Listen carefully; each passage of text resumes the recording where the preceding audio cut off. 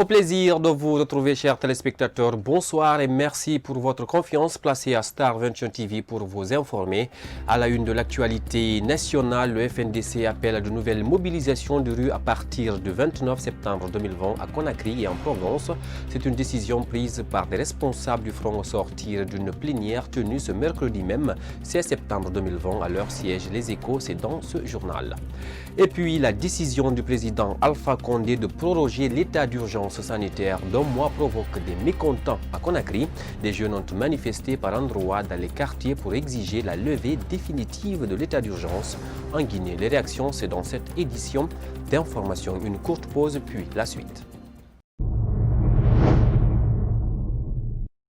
À tous, bonsoir et bienvenue. Le Front national pour la défense de la Constitution projette de nouvelles manifestations de rue à partir du 29 septembre 2020 à Conakry et dans les villes environnantes. Ses membres ont dévoilé le calendrier des manifestations ce mercredi 16 septembre 2020 au siège du Front situé à Kipé, dans la commune de Ratoma. Ces marches pacifiques visent à exiger le départ du président Alpha Condé au pouvoir. Suivez. Notre mouvement citoyen appelle les populations de Conakry et ses alentours à une série de marches pacifiques qui débutent le mardi 29 septembre 2020 pour exiger le départ de M. Alpha Condé qui a violé ses serments.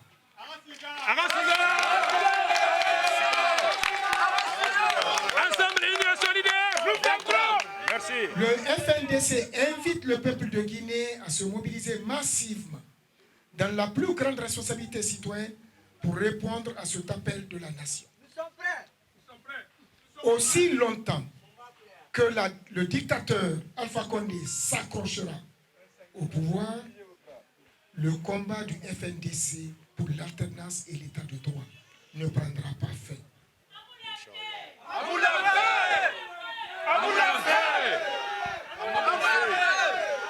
Le FNDC lance un appel aux travailleurs, aux artistes, aux femmes, aux jeunes, aux opérateurs économiques, aux activistes politiques et aux partis politiques, aux acteurs de la société civile et aux syndicats à se mobiliser dans un élan républicain en suivant les mots d'ordre donnés par la coordination du FNDC pour exiger l'arrêt immédiat des kidnappings et la libération de tous les détenus politiques. Mais aussi pour protester contre la gabegie, la corruption, l'impunité, la cherté de la vie, le chômage des jeunes, le mépris de nos valeurs morales et surtout les attaques contre nos sages, pour se battre, pour protester contre le pillage de nos ressources, l'impraticabilité des routes, les tarifs abusifs des transports, les coupures intempestives de courant et l'inexistence d'électricité dans nos villes, de l'eau dans nos pompes, pour faire barrage au coup d'État de M. Alpha Condé, dont la seule ambition aujourd'hui est de rester au pouvoir à vie. Non au coup d'État civil, non au troisième mandat, oui au départ de M. Alpha Condé.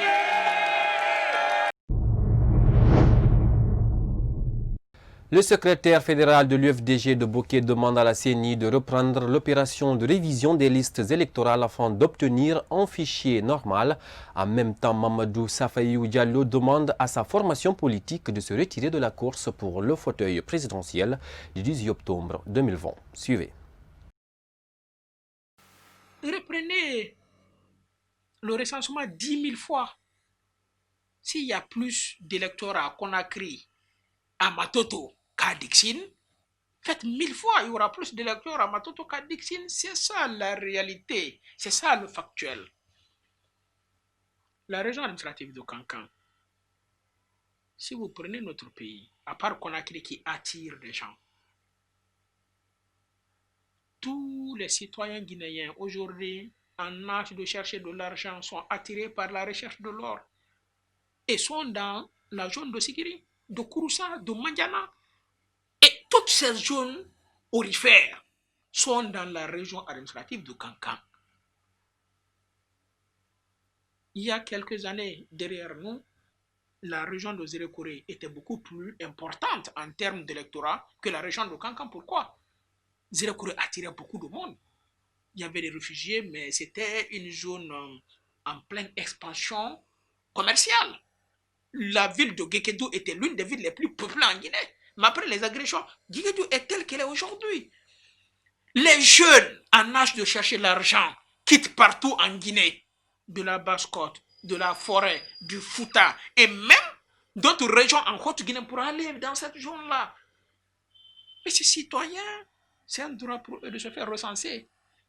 Si la Haute-Guinée est le bassin des repères arc-en-ciel, mais il y a plus de citoyens qui immigrent dans cette zone aujourd'hui.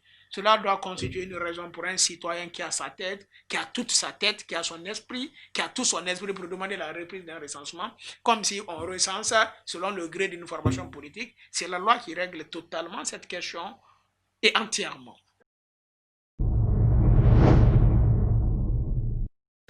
Il faut souligner que cette sortie du secrétaire fédéral de l'UFDG de Bokeh est qualifiée d'un non-événement au sein du RPG Arc-en-Ciel. Pour Sékou Nana Sylla, le fichier électoral d'un pays ne doit pas être géré en fonction des humeurs d'une formation politique. Suivez. Voyant les résultats sur le terrain, c'est très aberrant qu'on dise aujourd'hui que la préfecture de Mandiana que je connais, la petite préfecture de Mandiana, c'est à peu près la moitié de l'électorat de toute la région de Bokeh, y compris Bokeh, Pria, Bokeh et Gawal, Koundara.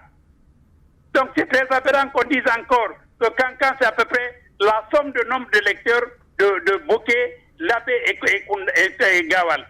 Et en dépit de cela, quand on dise que l'ensemble des Guinéens recensés à l'intérieur, à l'extérieur du pays, c'est 72 000 électeurs. C'est très aberrant. Alors que même la Guinée-Bissau a pris au moins de 500 000 électeurs qui doivent voter pour la Guinée. Il y a près de 2 500 000 Guinéens là-bas. Donc c'est très aberrant. Et en dépit d'un fichier qui est établi depuis il y a de cela 10 ans, un fichier, on doit le reprendre avec tout ce qu'on a truqué sur le fichier, tout ce que le fichier a été tronqué. Donc moi je pense que l'essentiel, le plus fondamental, c'est de reprendre réellement le fichier parce qu'honnêtement le fichier ne reflète pas la réalité actuelle. Alors que nous sommes à environ un mois de l'élection présidentielle, la CENI est acculée par les délais légaux. L'organe électoral aura du mal à respecter le code électoral qui dispose en son article 35 que la distribution des cartes d'électeurs commence sur l'ensemble du territoire 30 jours avant le jour du scrutin, l'une des taches noires qui pourrait affecter la tenue du scrutin le 18 octobre 2020. C'est un reportage de Mohamed Traoré et Ibrahima Paye Camara. Selon l'article 158 du Code électoral, la campagne électorale pour le scrutin présidentiel est ouverte 30 jours avant le scrutin. Elle est close à la veille de celui-ci, à 0 heure sur toute l'étendue du territoire national. Cependant, cette disposition de la loi électorale est foulée aux pieds par des partisans du régime qui organisent des mouvements de soutien à travers le pays. Une démarche que dénonce cet avocat Maître Amidou Bari. Moi, je ne suis pas surpris. Vous savez, en Guinée, le problème que nous avons, c'est l'impunité. L'impunité, c'est la violation des textes de loi. Ce n'est même pas en ce qui concerne la campagne. Moi, depuis que j'ai connu l'organe électoral en Guinée, la CENI, même au temps du feu général Lansana Conté, la révision des listes électorales n'a jamais été faite du 1er octobre au 31 décembre. Donc les violations sont récurrentes, les violations sont nombreuses. Si vous êtes surpris et étonné, moi, je ne suis pas surpris. C'est-à-dire c'est depuis le système de Lansana Conté, quand il y a des élections, c'est-à-dire c'est toute l'administration, c'est tous les agents de l'État, c'est tous les moyens de l'État qu'on utilise pour faire la campagne des partis dont le président de la République est en place. Abordant la question de l'affichage du fichier électoral, l'avocat à la Cour émet le doute sur la fiabilité et la qualité du travail de la CENI. Mais tout ça, ce n'est pas normal.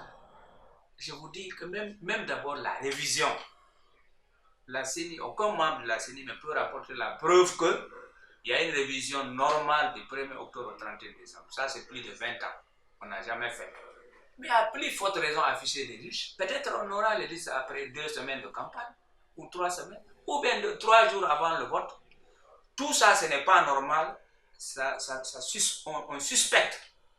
C'est une cause de suspicion. C'est-à-dire qu'il y a un doute. Pourquoi? Avec tous les moyens financiers, j'estime que la CENI reçoit des milliards de francs guinéens pour organiser des élections crédibles, apaisées et transparentes. Mais quand on voit le processus, moi je le dis, j'assume, il est bâclé. Parce que s'il n'y a pas une révision normale des listes électorales, c'est là-bas d'abord il y a eu la faute. Qu'est-ce qui empêche la CENI de faire la révision normale? Qu'est-ce qui empêche la CENI d'afficher les listes des électeurs pour que chacun sache est-ce que j'ai mon nom? Pour que les personnes connaissent s'il n'y a pas d'erreur. On ne le fait pas.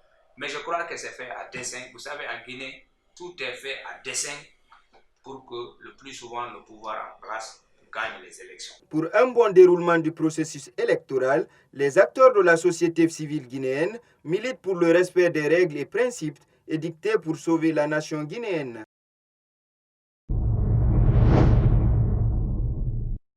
Sur un tout autre plan, l'ancien président malien Moussa Traoré, à la tête du pays de 1968 à 1991, a tiré sa révérence mardi 15 septembre 2020 à Bamako à l'âge de 84 ans. Une mort qui attriste plusieurs ressortissants maliens vivant en Guinée. On fait le point avec Jeannette Akou Agodré et Ibrahima Paye Kamara.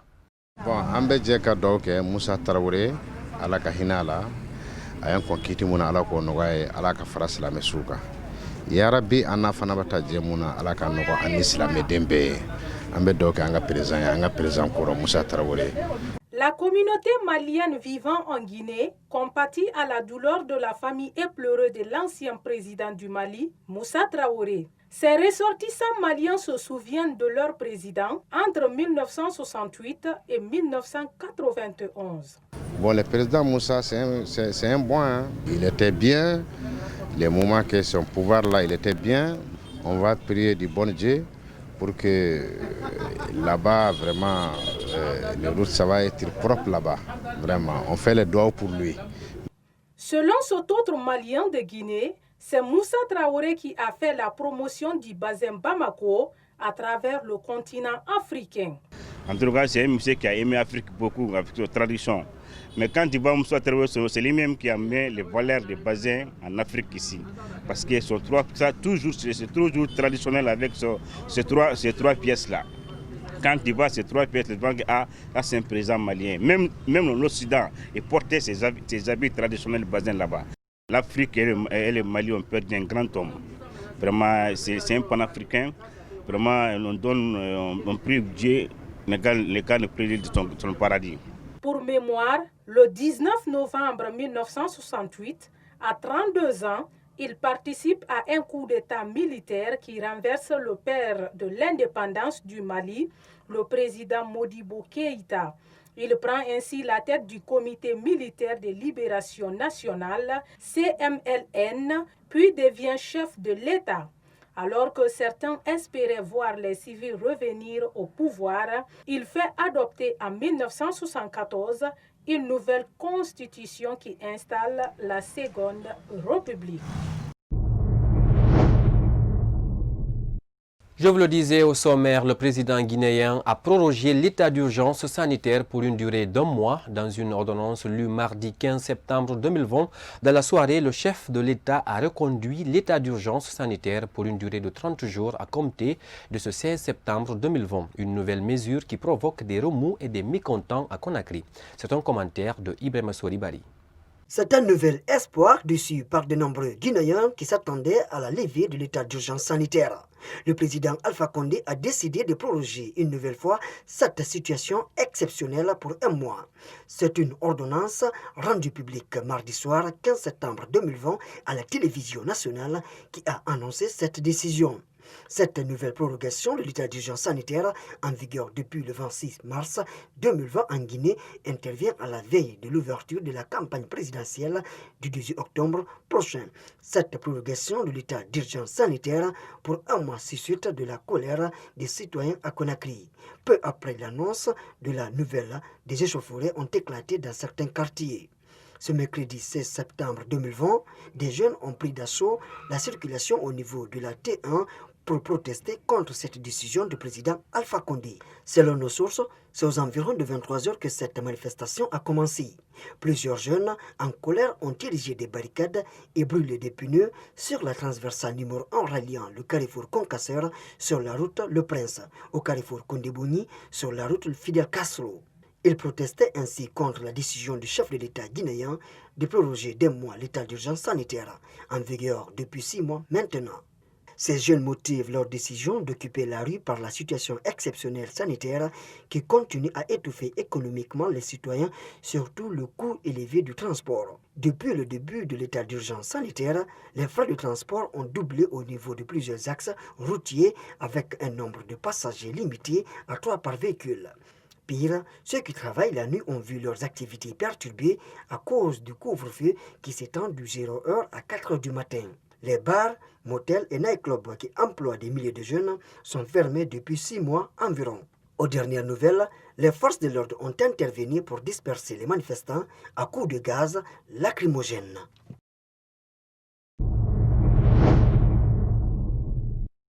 Cet état d'urgence prorogé par le président guinéen est un espoir raté pour de nombreux citoyens de Conakry. Ces Guinéens souhaitaient un déconfinement total et la baisse surtout du coût du transport en respectant les mesures sanitaires. Suivez.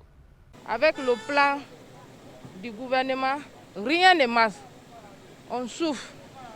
Et en même temps, il prolonge encore l'état d'urgence.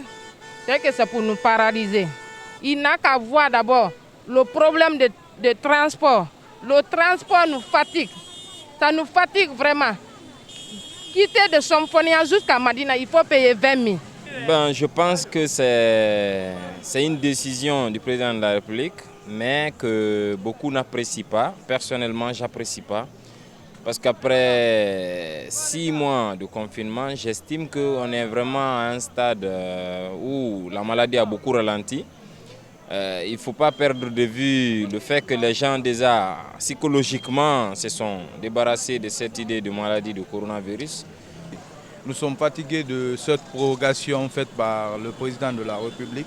Il doit vraiment nous faciliter la tâche, nous qui sommes les entrepreneurs, à ce que maintenant on ait la facilité dans les actions. Aussi, il n'a qu'à penser à la population qui souffre réellement de ce double transport. Vu le fait qu'ils ont prolongé l'état d'urgence, moi je pense bien que c'est une bonne chose.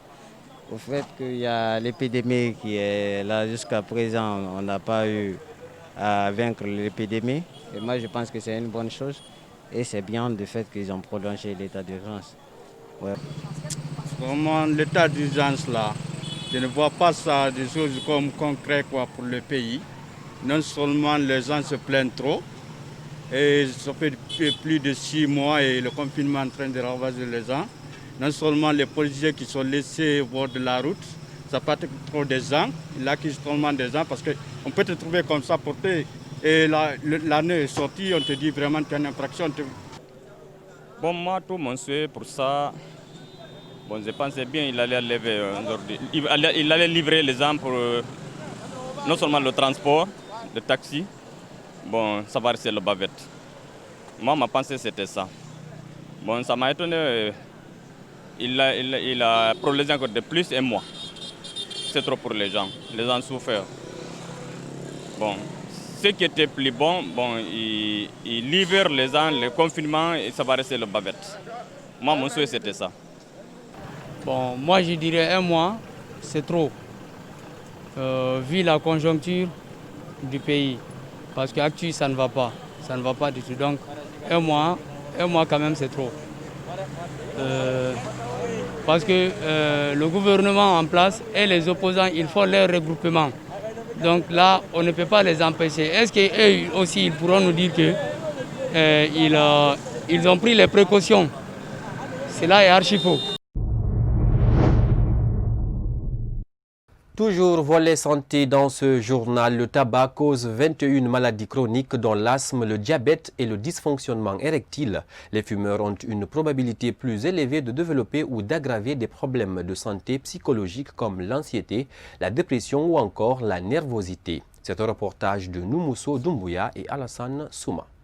La cigarette est à l'origine de plusieurs maladies dans le monde. Pire, elle tue par seconde des milliers de fumeurs. Une situation alarmante mondiale que ce médecin regrette avant de tirer la sonnette d'alarme. Cette nicotine-là a beaucoup d'impact sur la santé humaine parce que, en collaboration avec la fumée qui en découle, sont à la cause de 21 maladies chez l'homme, parmi lesquelles on peut citer l'asthme lié à la bronchite chronique chez les fumeurs. Donc, il y a aussi le cancer, parce que c'est le premier facteur favorisant du cancer chez l'homme. Après vient l'alcool. Et ensuite, nous avons beaucoup de maladies pulmonaires qui sont liées à ça. Nous avons aussi des maladies qui sont liées surtout au niveau mental, où il y a beaucoup de maladies qui sont liées à la nicotine et à la fumée qui en découle. Les cigarettes contiennent et émettent de nombreuses substances nocives ainsi que les agents cancérigènes sur l'homme. Une augmentation de 25% de risque de cancer du poumon. Chez les enfants, l'exposition à la fumée de la cigarette augmente un risque de mort subie, d'infection respiratoire et asthme. Fumeur, moi je pense que la santé ne constitue pas un tout, mais la santé avant tout. Ça veut dire quoi? Je prends l'exemple, si tu veux vraiment protéger les biens que tu as bâtis durant des années, je pense que c'est la longévité qui peut faire que tu peux protéger les biens. Ça, c'est un premier aspect. Si tu veux bien éduquer les enfants que tu as mis au monde, c'est la longévité qui te permet de les éduquer de bonne manière. Donc, sur ce, je vais dire ici publiquement que fumer la cigarette diminue l'espérance de vie de 10 ans. Les gens peuvent le chercher.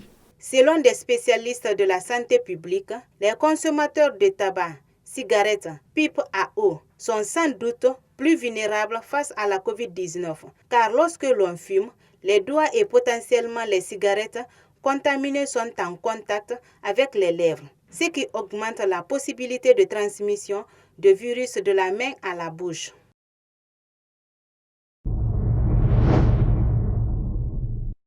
Sur le continent, le sort de Guillaume Soro, candidat exclu de l'élection présidentielle par le Conseil constitutionnel ivoirien lundi, n'est pas scellé. La Cour africaine des droits de l'homme et des peuples, CADHP, juridiction avec laquelle Abidjan a pris ses distances, a demandé mardi 15 septembre à la Côte d'Ivoire de permettre à l'ex-chef rebelle et premier ministre de se présenter à la présidentielle du 31 octobre. Suivez.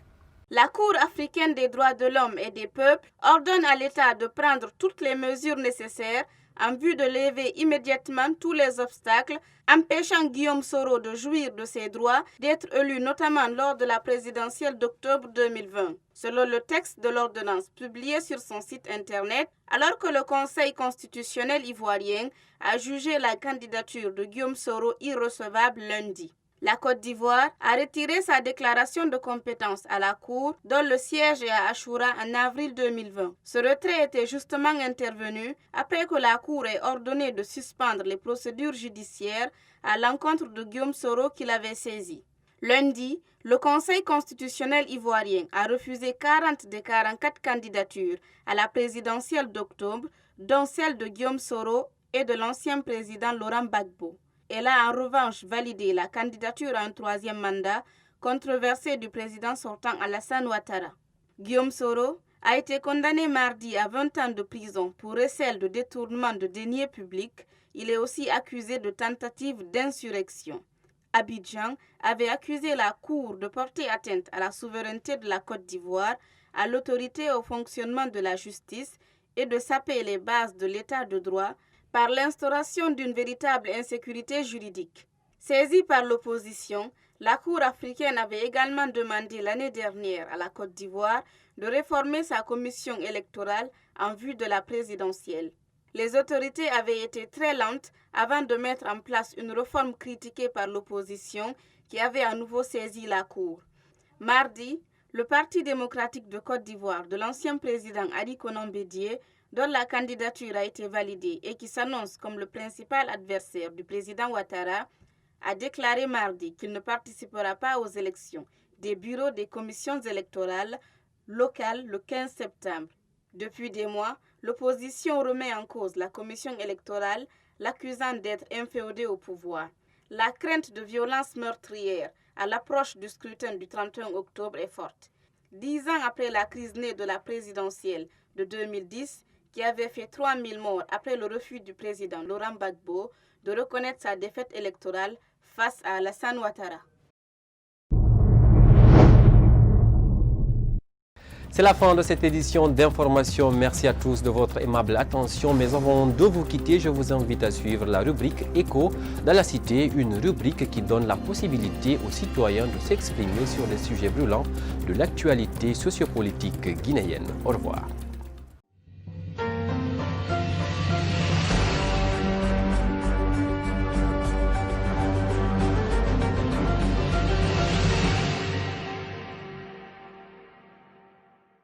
Pour le moment, ce que je constate au niveau de la jeunesse guinéenne, je vois qu'il y a de l'émergence. Les enfants commencent à comprendre que tôt ou tard, ils seront les remplaçants des anciens que nous sommes aujourd'hui. Alors, il faut que les jeunes comprennent qu'il faut tout faire, qu'il faut se battre sur tous les plans, comme ils le font. Je constate aujourd'hui qu'il y a beaucoup de jeunes, surtout sur le plan politique, qui ne se laissent pas faire. Ils sont en train de montrer que réellement ils veulent que ce pays-là aille de l'avant. Les jeunes peuvent réussir aussi. Ils peuvent réussir en cherchant ou même en créant de l'emploi. Ils peuvent se donner la main, faire des associations, travailler ensemble. Et cela aussi, c'est aussi une réussite de la part des jeunes. Dans les conditions normales, la jeunesse ne doit pas souffrir. Parce que quand tu prends la population guinéenne, on peut dire qu'il y a 75% sont des jeunes. Donc s'il y a une opportunité pour la jeunesse, comment est-ce que la jeunesse doit se battre pour elle? La jeunesse doit complètement oublier la politique, de entreprendre leur propre destinée pour pouvoir avancer. Comment est-ce que là peut être possible? C'est-à-dire la jeunesse laisse les politiciens là complètement, il ne doit pas être à côté de ces politiques pour détruire leur jeunesse. Quand on prend l'exemple sur la jeunesse de Kaloum, il y a les jeunes aussi qui sont là-bas qui peuvent faire autre chose. Mais la jeunesse de Kaloum, ils ont laissé leur destinée à part sur la politique. La jeunesse de la Guinée est en train d'évoluer sur plusieurs plans.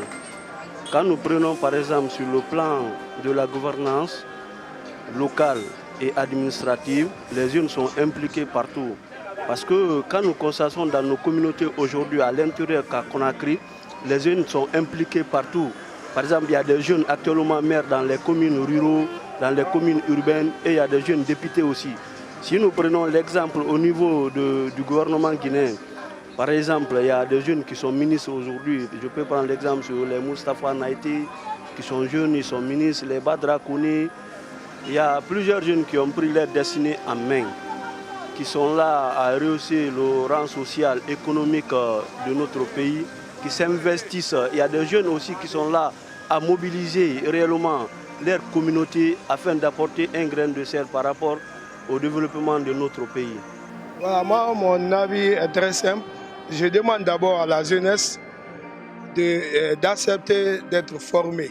La formation demande beaucoup de choses.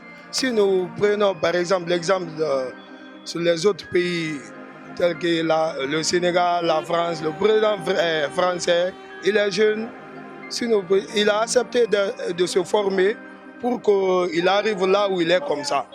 Donc je m'accentue beaucoup sur la formation, beaucoup, parce que si nous voyons aujourd'hui nos étudiants après l'université, ils ne demandent pas les stages, ils restent à la maison à l'attente de l'État, dire que bon, l'État n'a qu'à venir me prendre comme ça, même s'il n'est pas bien formé. Mais si une personne est bien formée, forcément il va avoir l'emploi.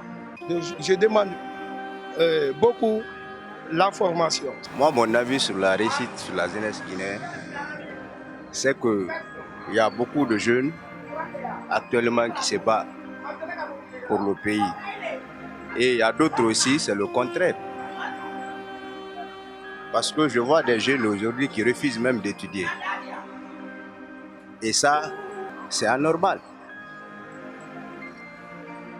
Pour réussir d'abord dans la vie, même ce n'est pas... Pour réussir d'abord dans la vie, il faut étudier. Et si tu n'étudies pas, tu ne vas pas réussir. Mais aujourd'hui, beaucoup de jeunes refusent d'étudier. Au profit ici des jeunes qui sont partis en Europe.